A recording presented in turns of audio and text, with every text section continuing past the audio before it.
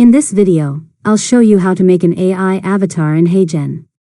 First, open your web browser, go to the Heygen website, and sign into your account.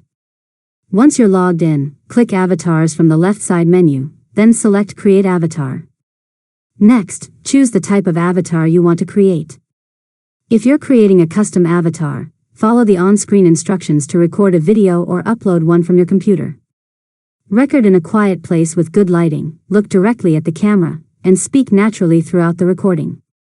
Now, review your recording and submit it for processing. Heygen will analyze the video and create your AI avatar. Depending on the type of avatar and your account, this process may take some time to complete. After that, once your avatar is ready, start a new video by clicking Create Video. Select your new AI avatar, type or paste your script, choose a voice if needed, and customize the background or other elements in your scene. Finally, click Generate and wait for Heygen to create your video.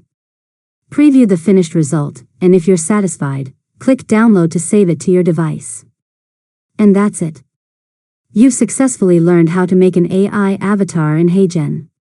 If you found this tutorial helpful, make sure to subscribe to Learn Mode Lab for more tutorials.